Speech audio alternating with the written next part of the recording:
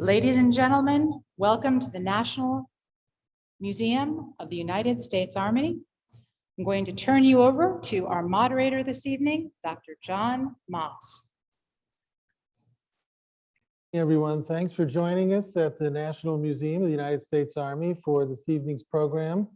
It's our Museum Director's Seminar, and tonight we're going to be talking about the making of the museum, the National Museum of the U.S. Army. Again, thanks for joining us. Before we get going, I'm going to turn it over to our Museum Director, Tammy, who will make a few brief comments.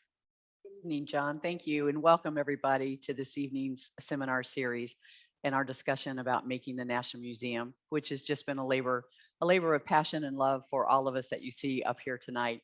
But before we really get started, I wanted to extend a very heartfelt thank you to all of the stakeholders, which included hundreds, if not thousands at times, of people that have been involved in this project for many, many years, especially the last 7 years of the really labor-intensive efforts to construct the museum and have it come and be open to the public.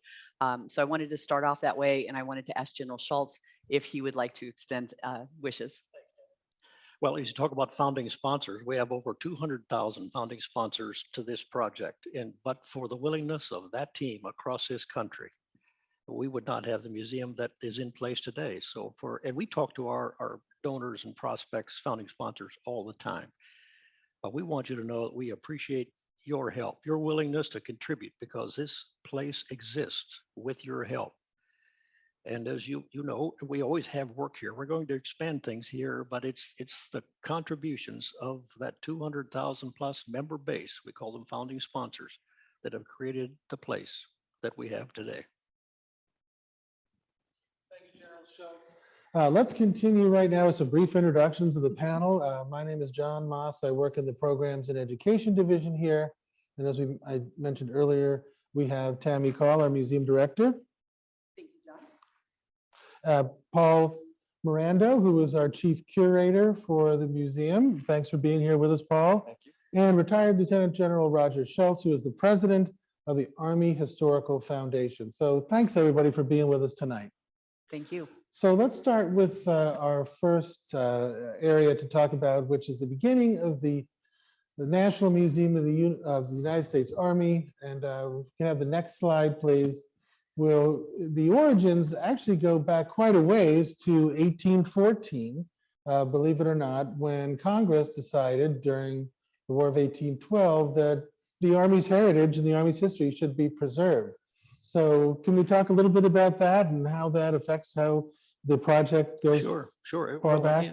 In April of 1814, the 13th Congress said to the Army and the Navy to create a place where you can collect, preserve, and display to the public your artifacts. And so you think about this, 1814 was a mandate by the Congress to do just what we have today. And so in some respects, we are completing the phase of that direction from our 13th Congress. You know, in April of 1814, the War of 1812 is still ongoing.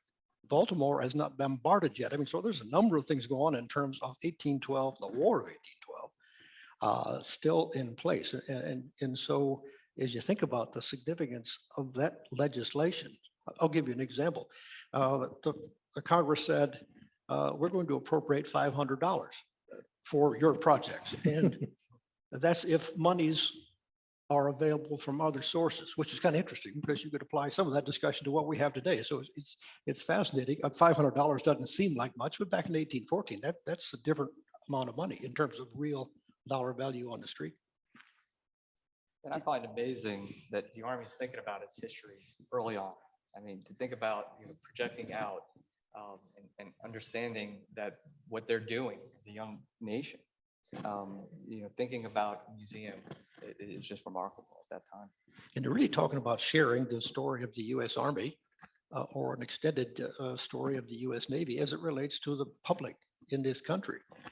And it's early on, the intent was to help communicate the experiences of our military to the population. So that when you think about that, I mean, they also said in the legislation in the vicinity of the US president, which means you need a place here in the greater Washington area to fulfill the intent of that 13th Congress. And we do have some artifacts from the museum for the War of 1812 as well. So that makes the tie-in even more interesting. So thank you. So let's move on to our next milestone in the story of the museum. If we can have our next slide, was the creation of the Army Historical Foundation in 1983. And for that story, I've turned it over to General Schultz, who is the current president of the Army Historical Foundation. Thanks, John. The story of the foundation dates to 1983, and really the purpose of our foundation, just think about these words, was to create a deeper understanding of the U.S. Army and its members of our contributions to this country of ours. And as you think, and they talk about society in this purpose, they talk about the American society. And what's fascinating about this is we do that very thing in this museum today. We talk about Army and society, we talk about our nation's war fighting for the nation, all these things. But we connect the very intent of our number one item for existence, our very purpose. Now, another interesting item on this purpose statement is like item 6, and it says, build the Army's National Museum. So as you think or reflect on the purpose of the Army Historical Foundation, it's really to educate the public, to, in this case, assist the Army to educate our public about the Army's contributions to society. Thank you. Yeah, and one of the things I find so fascinating about the creation of the Army Historical Foundation in 1983 is that this has been a very long time period for the foundation. And I think that the perseverance of so many of the earliest founders of the foundation and keeping it going up until the point to when the foundation really began its capital campaign for the construction of the facility. So just a really amazing feat, sir. And appreciate that. It's a great point. We talk about keeping the foundation in being since 1983 to early 2000s, when our campaign really started in terms of a capital campaign to build the facility we have today.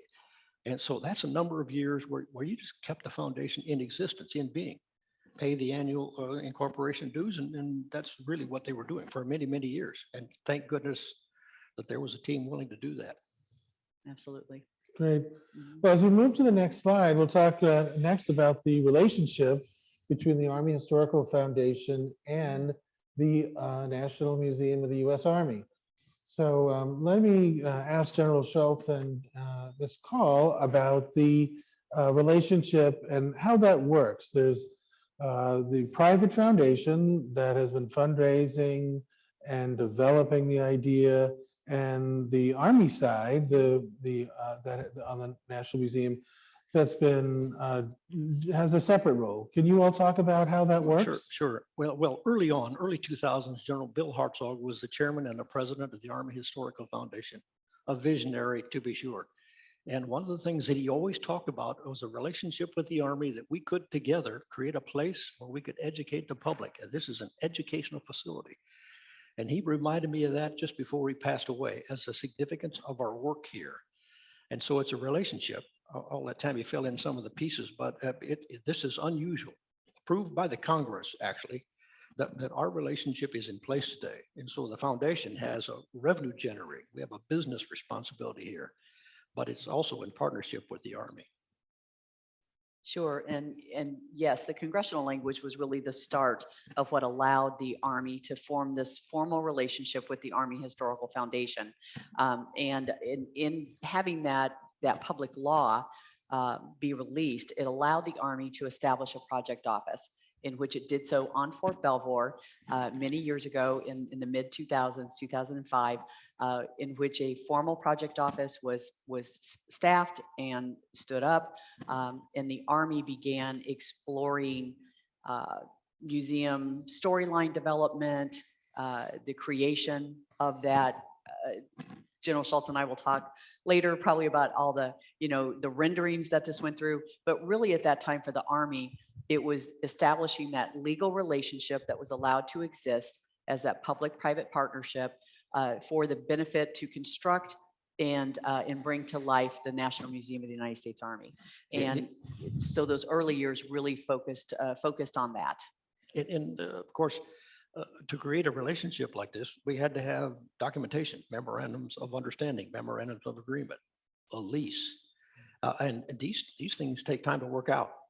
And I'm recalling months, Tammy. Oh, yes. Yes, sir. And so the very first memorandum of agreement between the Army and the Army Historical Foundation was developed by the Army in 2006 by the project office.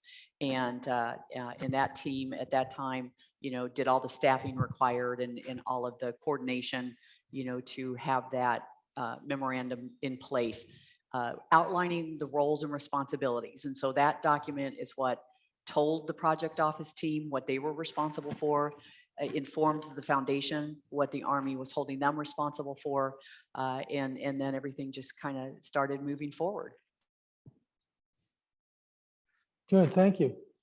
Let's move to the next slide. We'll talk a little bit now about the location of the museum and how that was chosen, when it was chosen to be here at Fort Belvoir, Virginia. And if you will, Tammy, General Schultz, if you will talk about the very interesting and curvy path to our current location, I think folks would really enjoy hearing about that. Well, in the early 2001, Secretary White decided that the National Museum of the United States Army would be at Fort Belvoir. Now, some years later, the actual site, I'm talking about the location on Belvoir, was determined, but the Army studied 64 sites in the course of this selection. So this is not casual. There are a lot of thought going into what we have here today. And when you think about this site, you say, well, why would they pick this site? We're just midway between two major north-south traffic corridors. We're 6 miles from Mount Vernon. We have a classic location here. We're not that far from Washington, D.C. We're 20 miles south of the district. So in terms of location, this is a special place for sure. Yeah, absolutely. And even once the Fort Belvoir had been decided upon, there were multiple site studies that began. And the original final site decision was that the museum would be located where the current hospital is. And that had taken place during BRAC. And so the 2005 BRAC did impact then the location of the museum, or what was thought to be the location at the time. And so resulting from that, then, and I'm sorry for BRAC, for those that don't know, base realignment and closure. And so when the Army went through that process, it changed a lot of activities on Belvoir. It changed a lot of the organizations and command structures, that would exist on Fort Belvoir. And the museum was once again seeking a site to call home. So eventually the actual site where we sit now, was chosen. And it was chosen specifically because of the public accessibility from Fairfax County Parkway. We're just 2 miles down from I-95. And so all of those were considerations in selecting this particular location.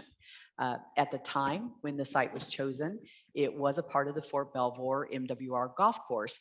And the foundation did a lot of work to ensure that the golf course was able to restructure and continue with its current 36-hole structure.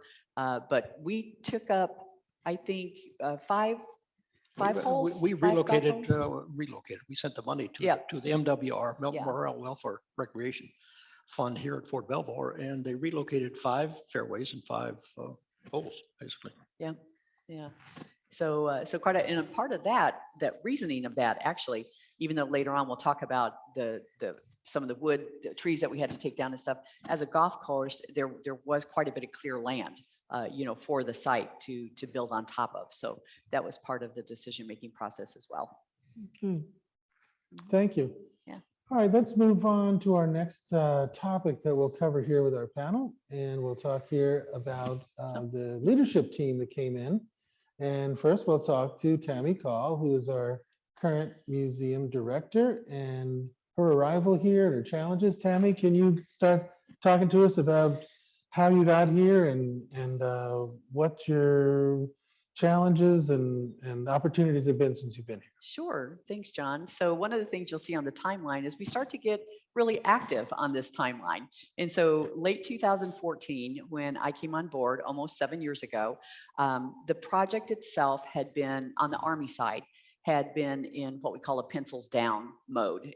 Very little activity was going on. The Army was keeping the project office open, but it did not have a lot of activity happening because design had been stopped and various things like that within the exhibits. And so the project team was here, they were keeping things afloat. And I personally was coming out of a joint program with Department of Defense, but I was coming back to the Department of Army. And as you can see in the little write-up there, I've been associated with the Army my entire life. I didn't want to go anywhere else but to come back as a leader, to come back to the Army. And so as I was getting ready to depart my assignment, I shot my resume out to former leaders that I had served with and said, I'm basically looking for my next permanent position. And you know, I wasn't tracking at that time that the Army was pursuing the construction of a national museum, but a former boss of mine, Mr. Randy Robinson, he was the project executive officer. And he had a vacancy for the project director. And he called me the evening that he received my email and said, I have the perfect job for you. And I think I can quote him on that. He said, I have the perfect job for you. And he wanted me to look it over. And the next day I called him back and I said, absolutely. Oh my gosh, I could not imagine a more challenging position to bring something up that wasn't here yet.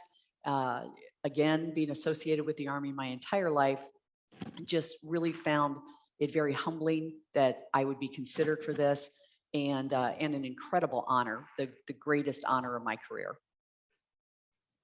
And what have you found to be your greatest challenges or surprises since you've come on board and been with us for 7 years now? Sure. Thanks, John. So at the beginning, you know, one of the challenges that we faced as a project team was that since we didn't exist yet, right, the physical structure of the museum didn't exist, showing renderings to people, talking about what it's going to be is difficult. It's difficult for some folks to envision what that means and what it's truly going to be. And so early on, I had realized that once this museum did come to fruition, and we were going to have a lot of legal documents to develop first. That was my very first challenge, was updating that original MOA, that memorandum of agreement, and then putting into place some additional legal documents to allow construction to begin. So there was a lot of work there. But really the greatest challenges was just getting individuals to understand the significance of what this museum was going to be and to bring to our American audience. And quickly I became aware, once I became aware of the design features of the museum, I realized that I could honestly tell individuals that, you know, think of us as the Army Smithsonian, because that's what we're going to be. And so to see that come to fruition, that's just been amazing. Great, thank you very much. Of course, we're all very glad you're here. Hope you'll be with us another 7 years.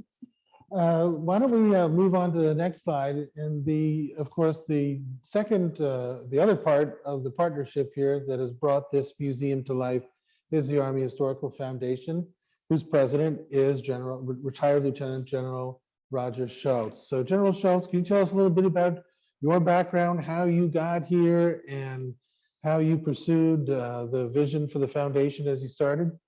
Sure. Let me start as Tammy did by saying I'm honored to be part of this team. It's a once in a lifetime opportunity without any question.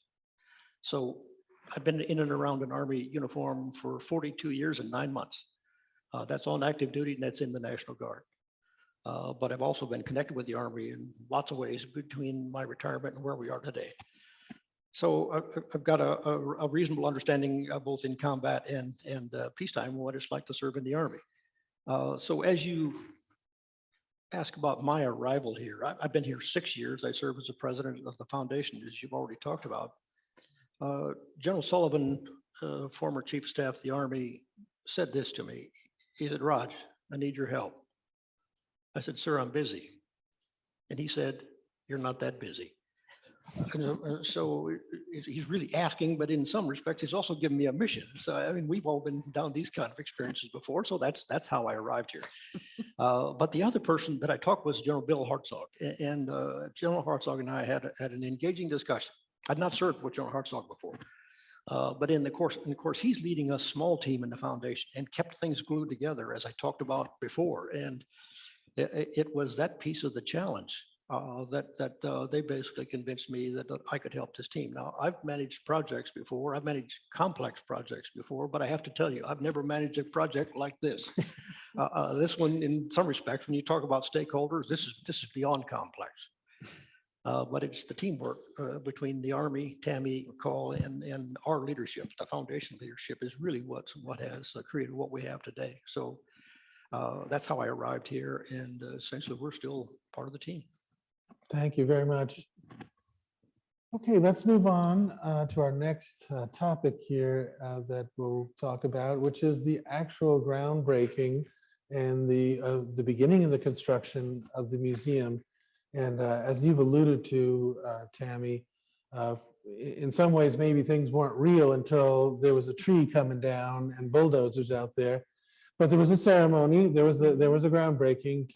Can you tell us about that and that moment and what it felt like and how you all got to that position in 2016? Sure. So I'd already mentioned that, part of the job when I had first come on board in 2014 and really coming to the realization in 2015 were the legal documents that had to be formed and staffed. And, getting to this point meant that we had to have lots of involvement with headquarters, Department of Army, get notification to the Secretary of the Army, approval to proceed, congressional notification.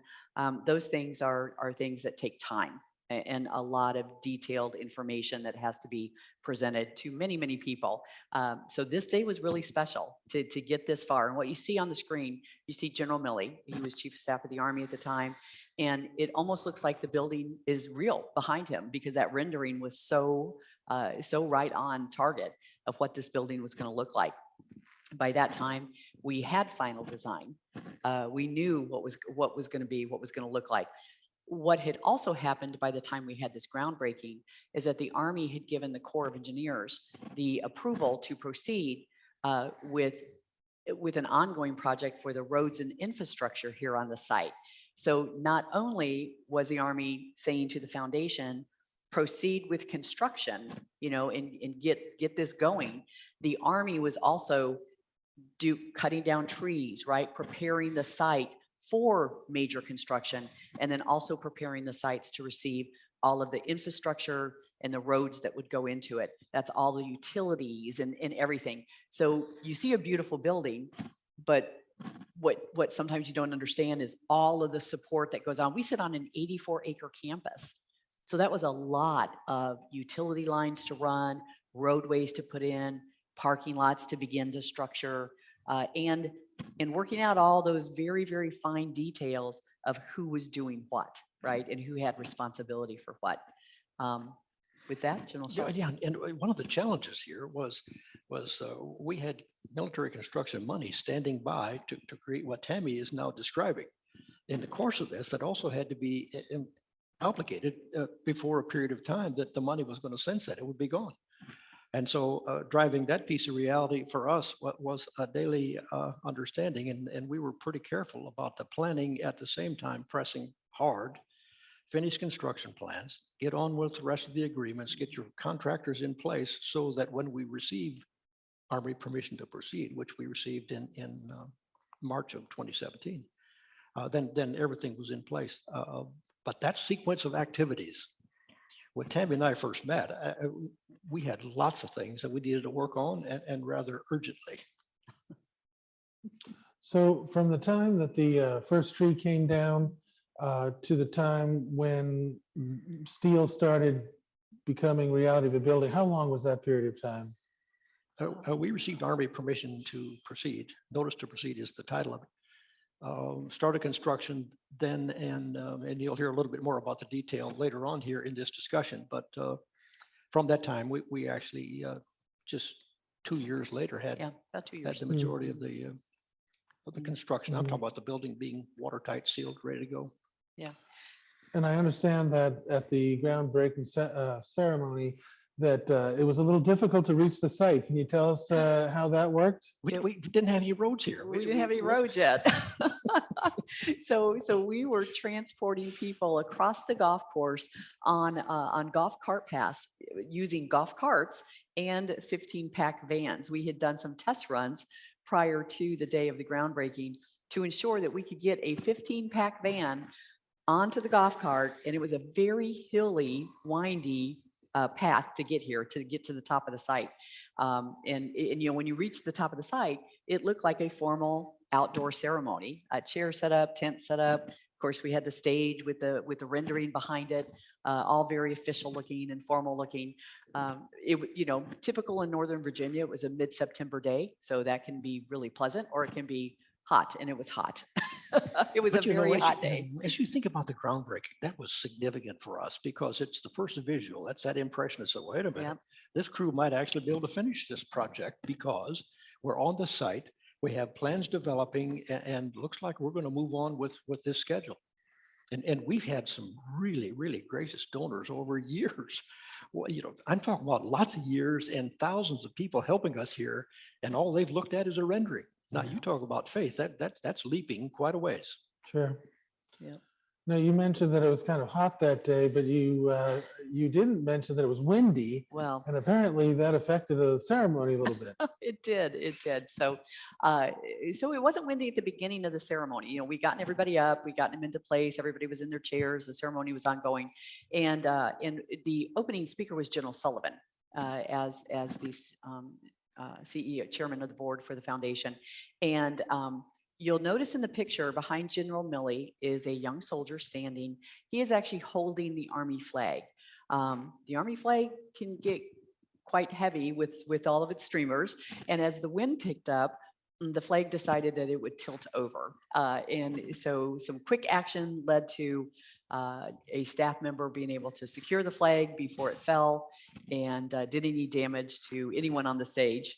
And then we assigned a soldier who quickly stepped up to hold that flag to make sure that it didn't happen again. So just one of those little fond memories of the day in which could have been quite catastrophic, but was saved. Mhm. You know, Paul, as you think about this, I'm reminded of the story of William Carney, 1863, and he talked about picking up the Ah. flag. He said, boys, the flag never touched the ground.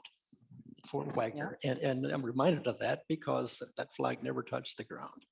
It's a great connection, sir. Yep.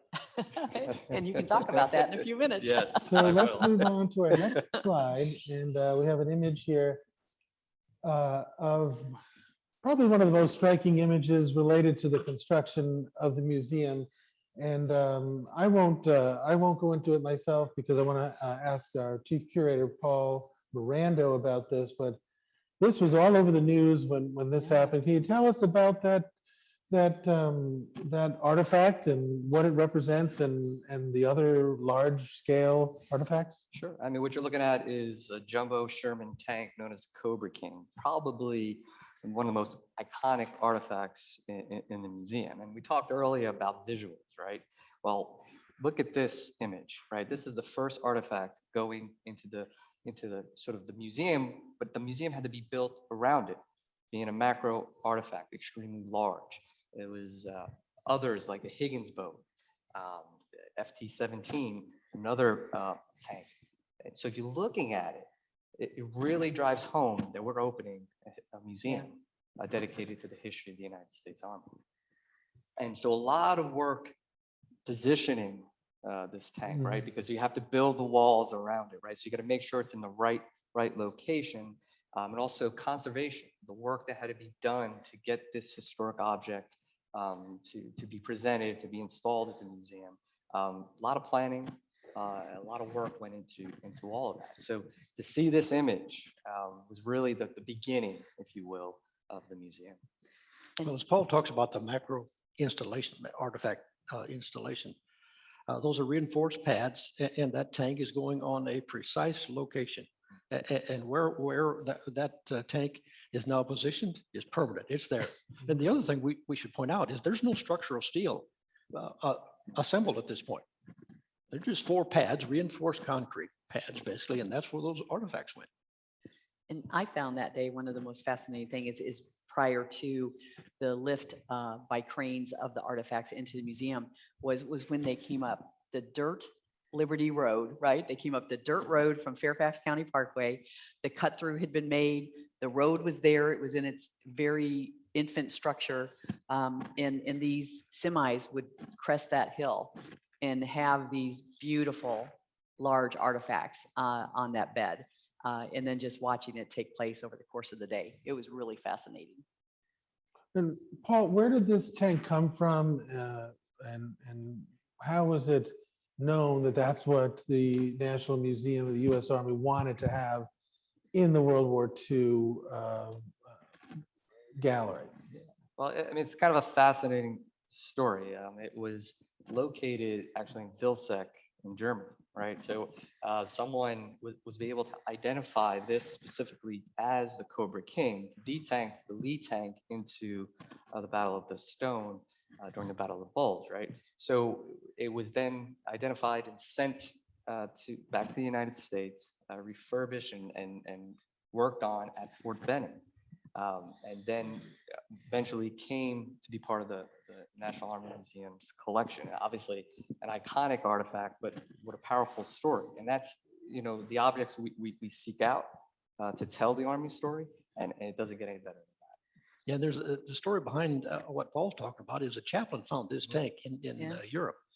And he's studying serial numbers. You know, historians are into a lot of this detail. And so he's writing a buddy saying, hey, I think I might have found a tank that's in the family of Cobra King. Somebody writes him back and said, that's not in the family, that's Cobra King.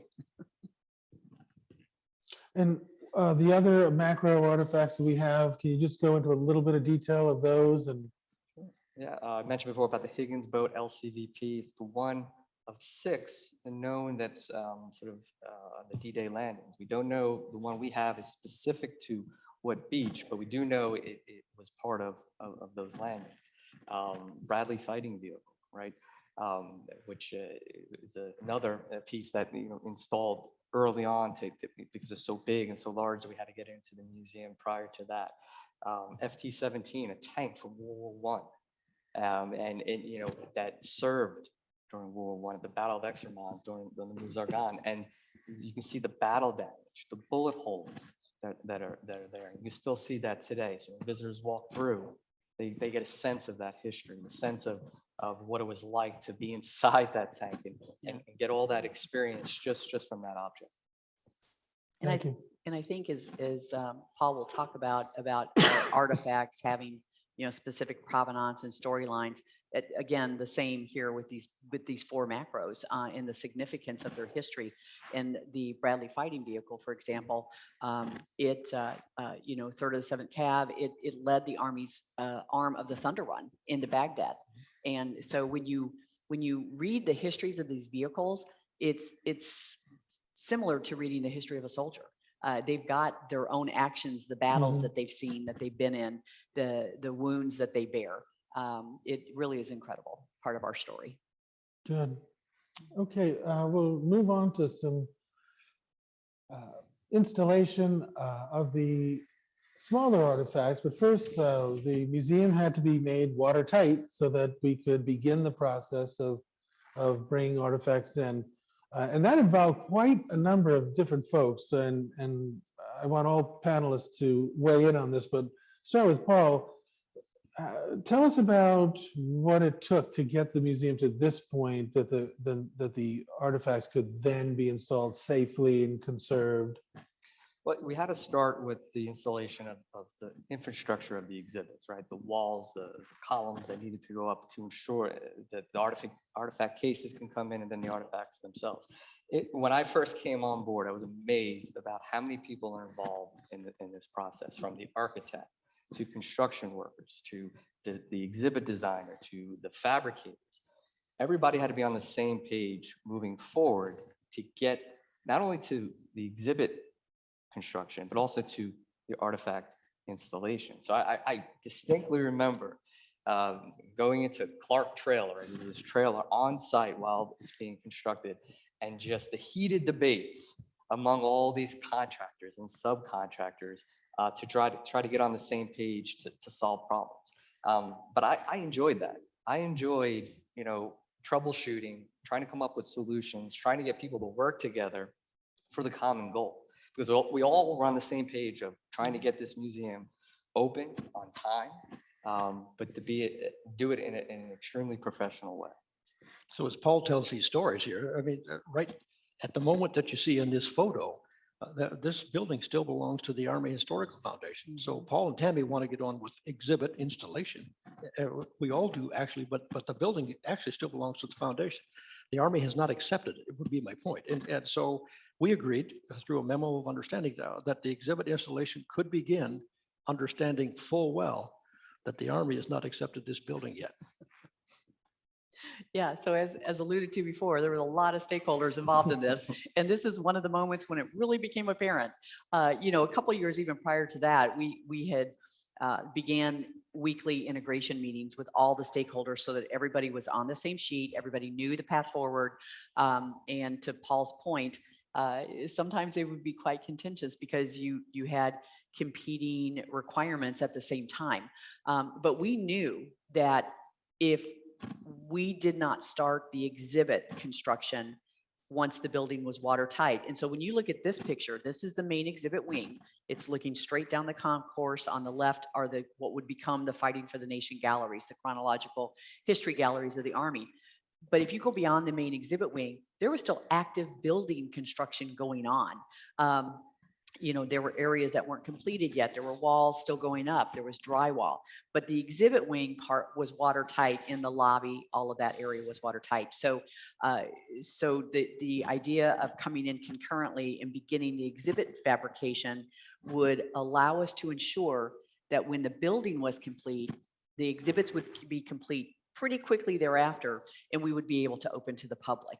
If we had waited as the Department of Army for the foundation to be done with the building and then say, okay, here you go now, turn it into the museum, that would have taken years longer. And so for everybody to realize that we had a common goal, and that was to bring this national treasure to And I think life. that point is key.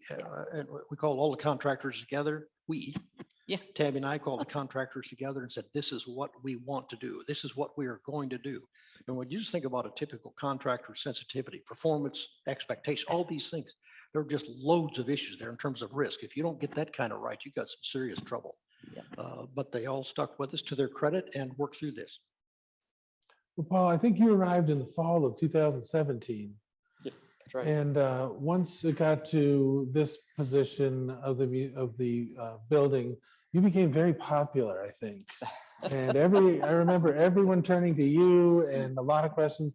How did you go? And we'll talk about the artifacts themselves in the next slide, but how did you go from almost, well, I don't want to say it was an empty hall because it seemed like there was plywood and machines all over the place. How did you go from that chaos to just knowing what it was going to look like at the end? Well, certainly I had a lot of help. So my team, my exhibits team were extremely supportive in making those connections. But the key is I had strong relationships with the exhibit designer, the fabricator at DMP. I was just texting earlier, Todd Hartley, right, who is the sort of construction project manager. I became really close with him because him and I talked daily, checked in the morning, checked in when we left. It was important for us to have a strong connection to navigate through all those challenges, where columns need to go, where exhibit cases need to go, where sprinkler heads need to be, because all this impacts the exhibits, it impacts the installation. So I knew right away that for this project, from the exhibit side, to be successful was to establish those relationships early on, because I knew that for a year we'd be working closely together, and we had to be on the same page. Thank you. Very, very interesting. Well, let's turn now from the shell of the building and the construction site to the actual installation of the exhibits. And In this slide here, you can see Paul working on a Union Army officer's coat there.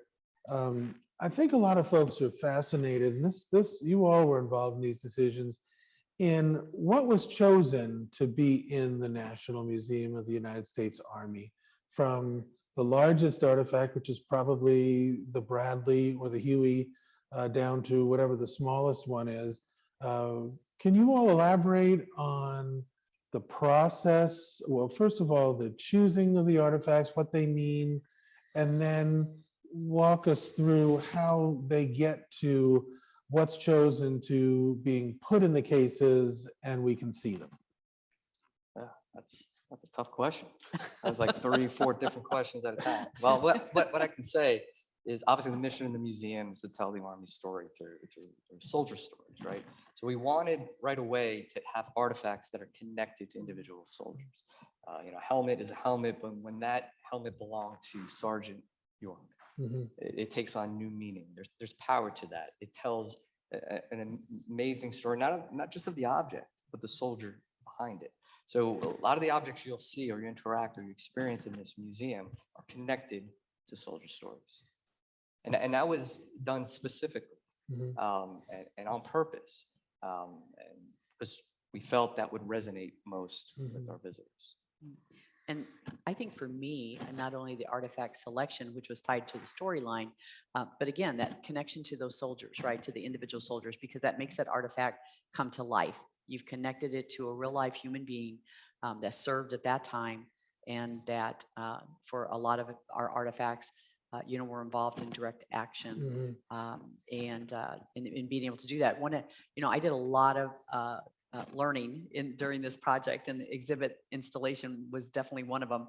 And to know that each individual artifact is assessed for its sensitivities, its touch points, its weak points, and each artifact mount is handcrafted specifically for that artifact. So it's not like you can just generically, buy in bulk purchase, 1,500 artifact mounts and then just put things on them.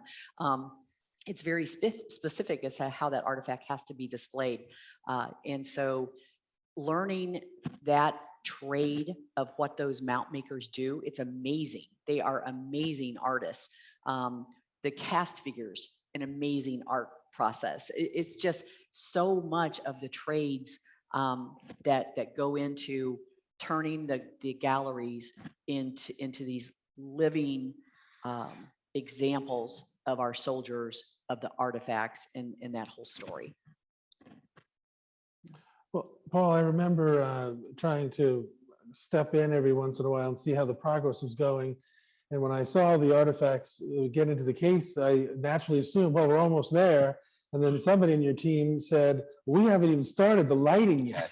I didn't even know that was a process. What is all that about? Well, yeah, it's amazing that you were allowed down there in the first place, but even so, so you think you just put an object in a case, right? You lock it up and call it a day. But there's so many variables that are involved, right? The lighting, which is crucial. Artifact labels and how the artifact itself is presented to the public, right? You don't want it hidden. You don't want it to be not visible. And you want it to be obviously in its best light. You want the panels, the graphics to shine, and all the information about not only the object, but the storyline behind it, the context of why this artifact is being presented. So, my team and I spent loads of time on each artifact to get it as perfect as it can be. And there was a lot of challenges in doing that. Sometimes, what you see in a blueprint or a design, but when you go to install these objects, the size of a case may be a little bit off. So you have to be flexible in moving objects, moving panels, moving lighting. So I can tell stories about every artifact, about every case, about every graphic panel that was installed, and my team could as well. But that experience it was priceless for us. Thank you. Yeah. Well, I think we have another slide on the opening of the museum. So if we could advance to that. And the opening of the museum was a little bumpy, but it worked. So Why don't you all, the three of you actually, talk about how we got to the opening of the museum and what that meant? Sure, I'll go ahead and start. So we were, spring of 2020, we're in a mad sprint. We've got the final gallery going in. We're there. We're 80% of that is finished. We're just going. We're scheduled to open on June 4th of 2020. So big celebration, a lot going on. And I should say, leading up to this, the artifact installations, everything else going at that same period of time that all of that had been happening. We were bringing on the visitor services team, right? The front of house operations.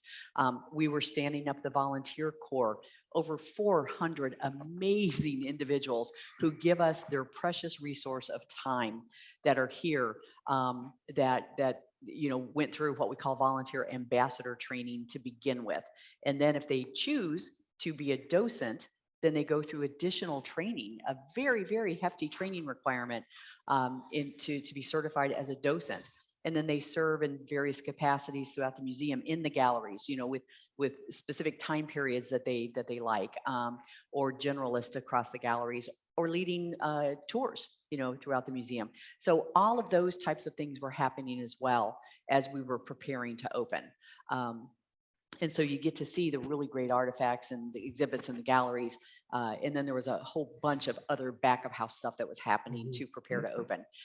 So there we were in kind of the mad sprint, super excited. Everything was going really well. And then of course we had, did we mention that this project had been very complex?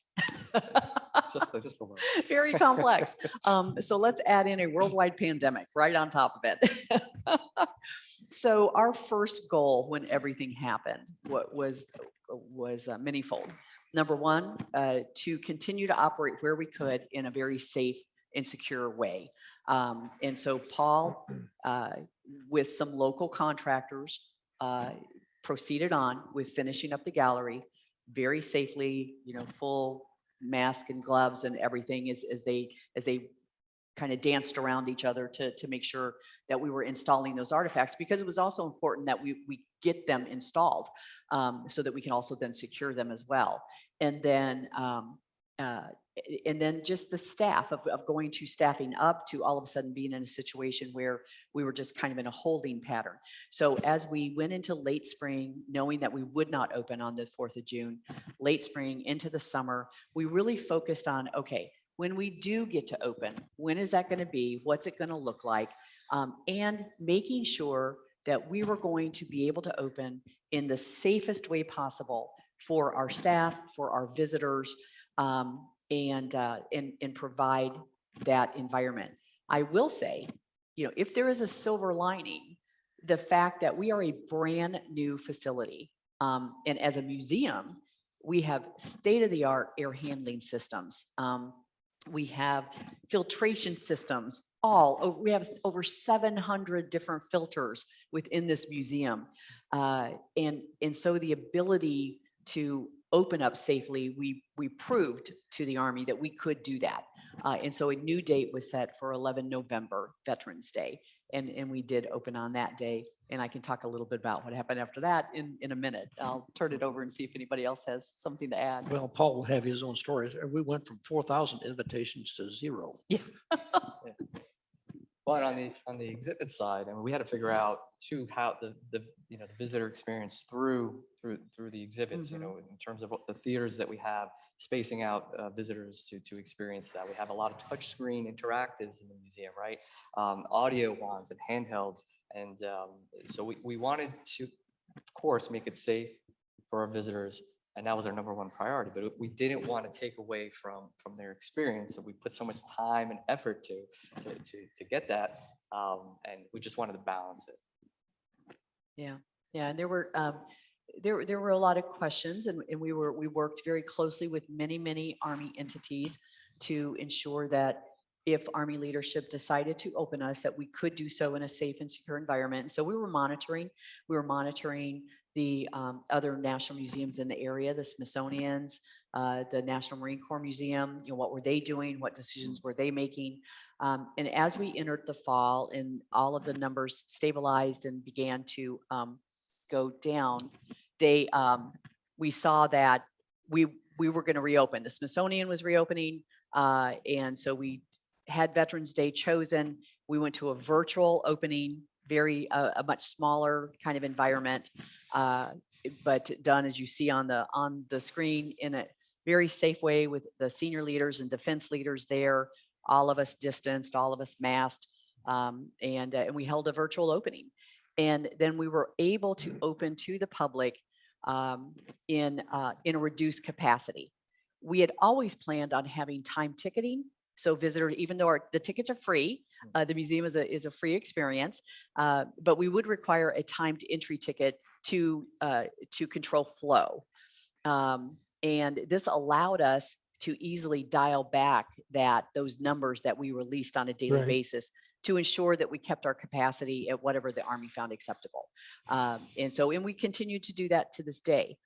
Unfortunately, shortly after our 11 November opening, about 30 days later, the Army did decide to close us in an effort to, protect our staff and visitors due to, again, rising cases in the area. And so we've kind of seen that cycle. So then we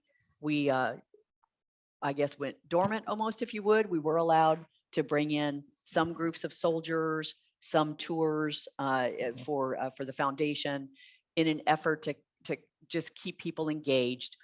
We did that throughout the winter and spring. And then we reopened on the 14th of June, this past summer, 2021, on the Army's birthday. And we've been open since and operating in a very safe and secure environment. In fact, we were commenting the other day about on our reviews, on the comments and feedback from our visitors, how safe they feel visiting here. And they comment on that a lot. Another question, and I don't want to direct this at anyone in particular because no one's responsible. If Congress directed the Army in 1814 to display its artifacts, what took so long is what our audience member wants to know.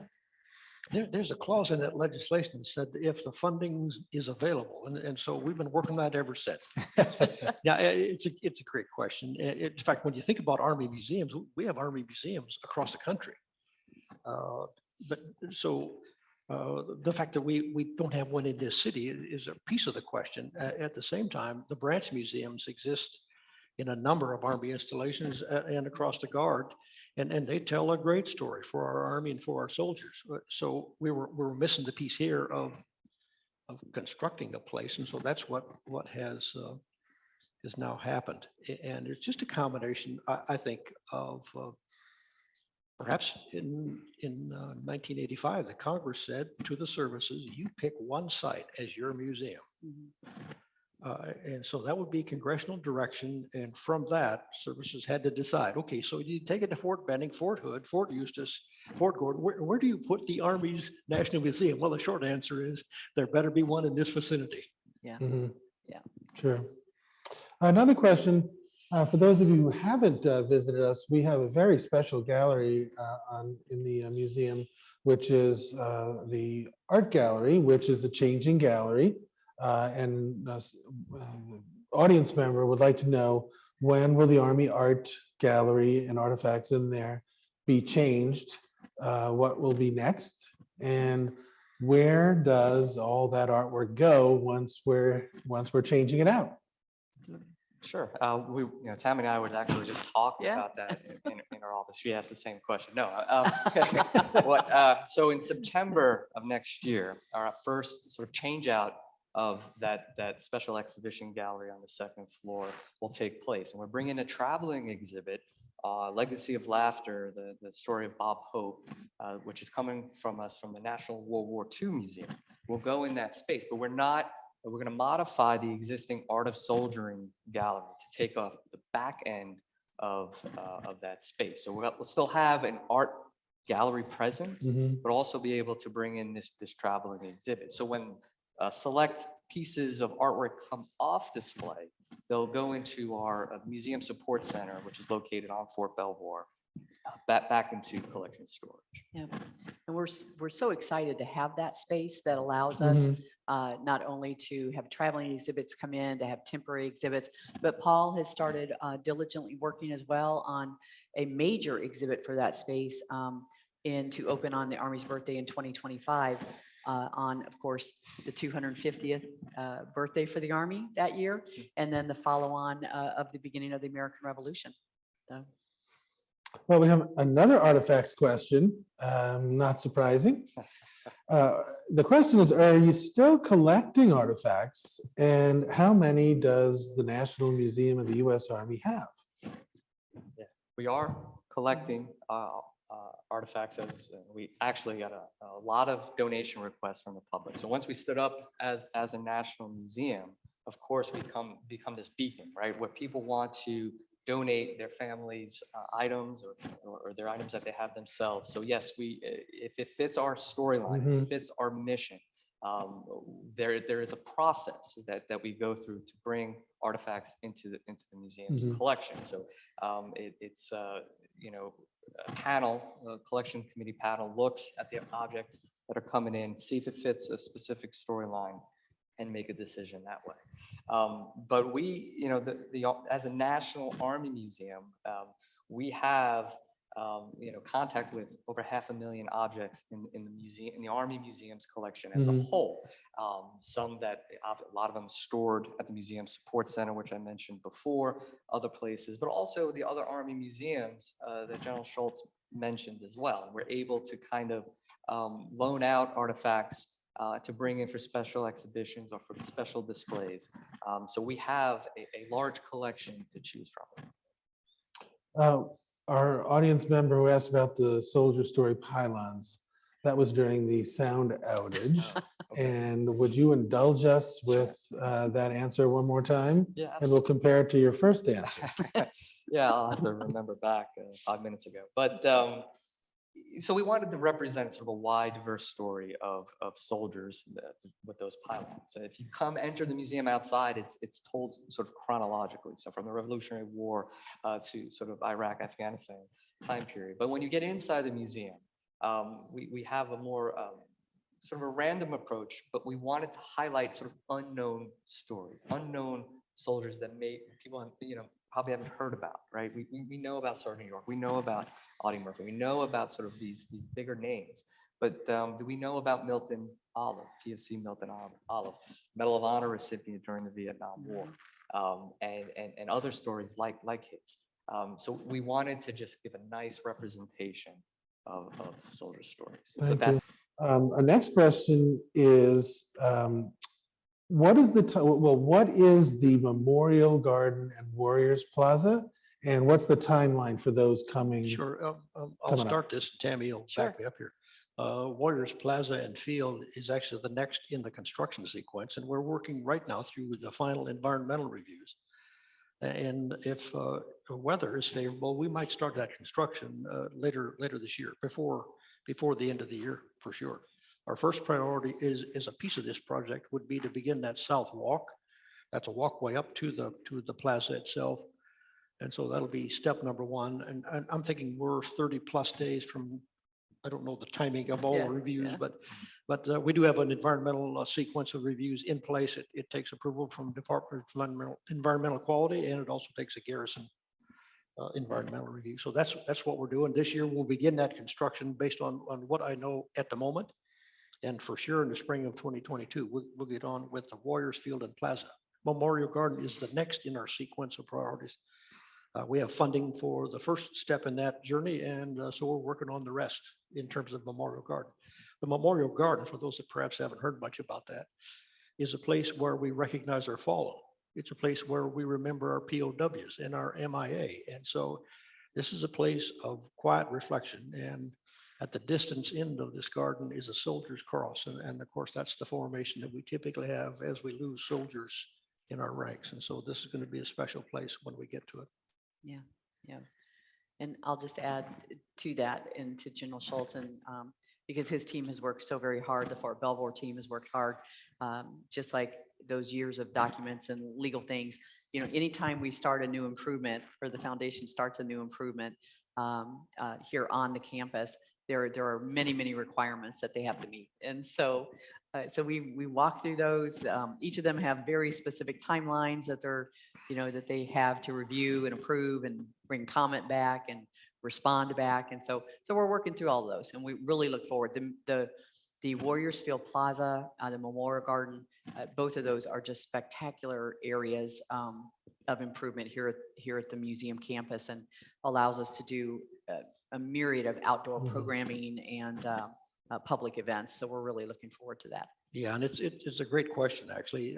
No excuse here, but some of the rules changed. And so what we thought were agreements a year ago in terms of policy, procedure, process, activities are different today. And so that's what we're doing. We're adjusting to those new requirements. And speaking of the future, one of our audience members has asked, is there any plans for future expansion of the galleries? Well, Paul would love to begin an expansion tomorrow. And so in terms of a big Did I say ticket. that? Sure, we have a 70,000 square foot expansion in concept, in design stage right now.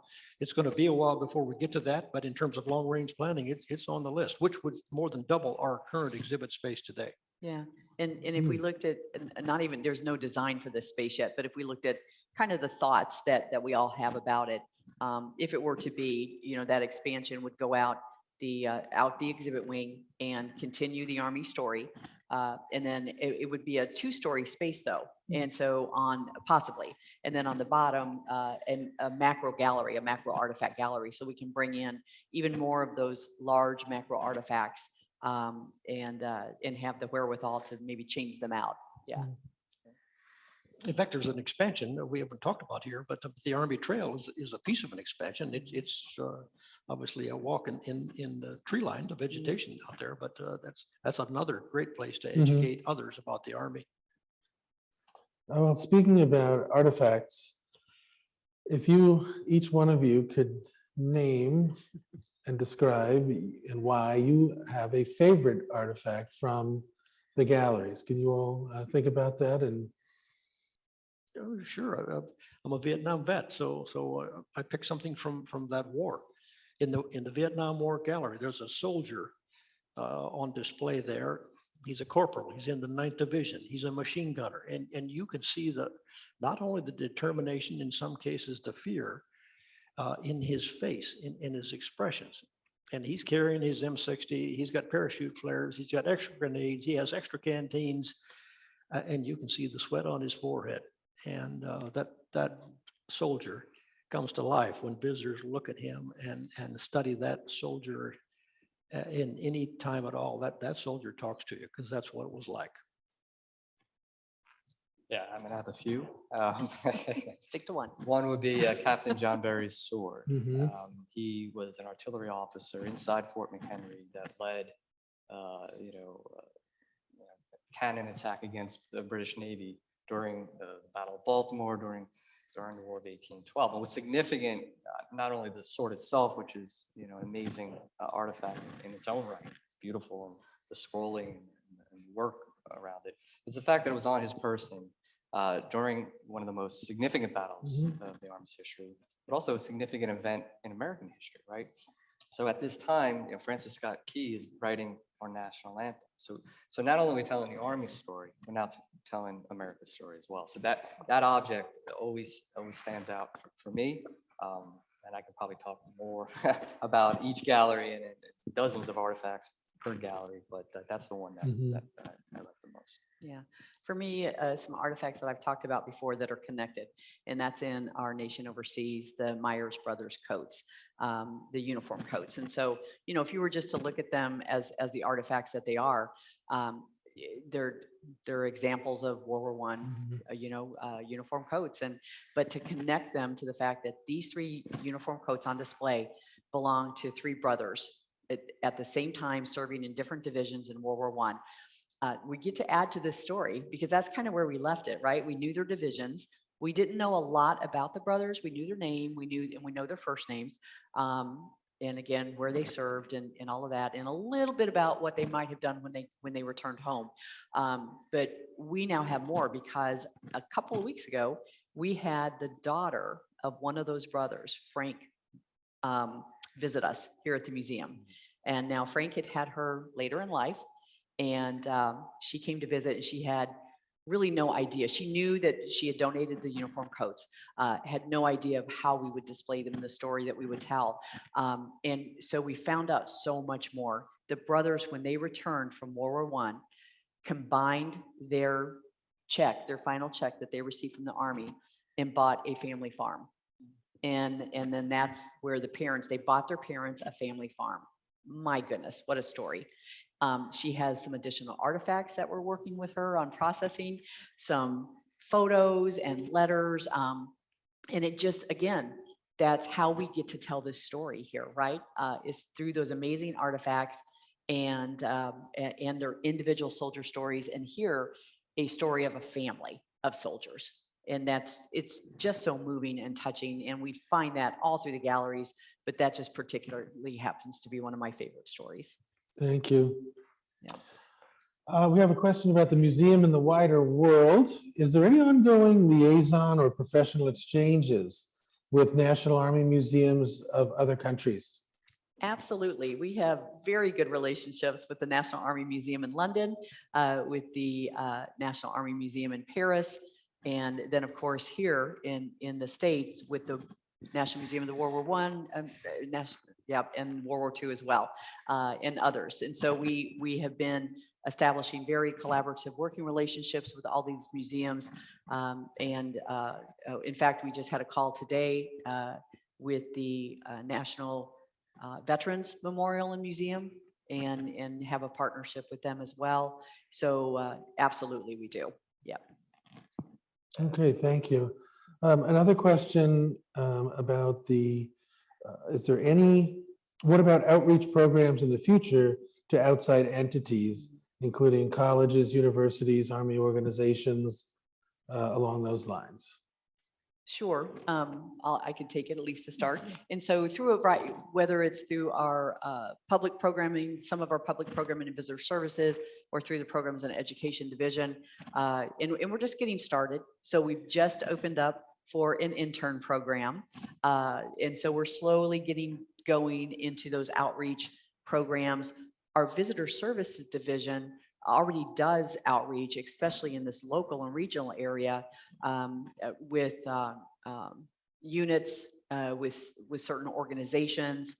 We do a lot of programming and planning for accessibility and inclusion programs, different things like that. So we are actively working those, and we'll keep expanding those as we mature as a national museum.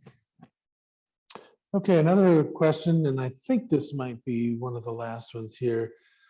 And our questioner, our audience member, and thank you for the question, notes that there are a lot of, so as we mentioned, a lot of soldier stories. There's everything from the soldier story pylons to the cast figures to individual soldiers being represented in the various galleries and their stories. How were they chosen, the stories and the individuals? How did that come about? Yeah, I mean, it's a good question. We wanted to ensure that these stories can resonate with all visitors in different ways. And visitors who come to the museum, they learn differently. Some are visual, some want to read every artifact label, every graphic panel that we have up. Some want to just go to the theater and see the films to absorb that information. So when we, and I came on board, after kind of a lot of these decisions were made, and my job was to kind of manage the overall design or installation and the exhibits and the artifacts. So I had, not much say in some of the stories that were chosen, but, going through, you see the sort of stories that are connected to the objects that often resonate with visitors the most, and they can tell. And Tammy mentioned before about the Meyer brothers, right? Yeah. Here's an object now that the daughter of one of these brothers comes in and gives us more information, right? And it's just simple conversation that's happening. Well, we're gleaning so much information from that conversation. So a lot of how these stories were chosen are based on how people are going to interact, not only with the objects, but with the exhibits that are on display. And you can see, you listen to the conversations that people are having, that they're making those connections. So, the panel, we had historians, we had curators, we had, the team looking at different ways to tell this big story. You can remember the Army, it's a huge organization, a rich, amazing history. How do you get all that information into a museum? You're going to leave stories out, you're going to leave certain things out, but at the end, through those soldier stories, you have a better understanding about the history of the Army. Thank you. And in a way, we're trying to supplement those stories with programming, to have things that aren't in the museum as objects, but to talk about them at our book talks and conferences and symposia, things like that. We will obviously continue to do that. Well, folks, that's going to wrap it up for us tonight. I want to thank Roger Schultz, Paul Morando, Tammy Call, our presenters tonight. It's been fun setting this all up. Also want to thank the audience members who came to be with us this evening to learn more about the National Museum of the United States Army. And those who haven't visited us, hopefully it will get you in our doors and we can meet you soon. I also want to thank our production team tonight, which included a producer, a runner, a key grip, a best boy, and everybody else in the universe. But I don't want to leave out our IT department who worked to get this program off the ground and have been with us tonight and really have been troopers with us as well. So thanks, everybody, and thanks to the panel. And with that, we'll say goodnight, and hopefully you'll come see us soon.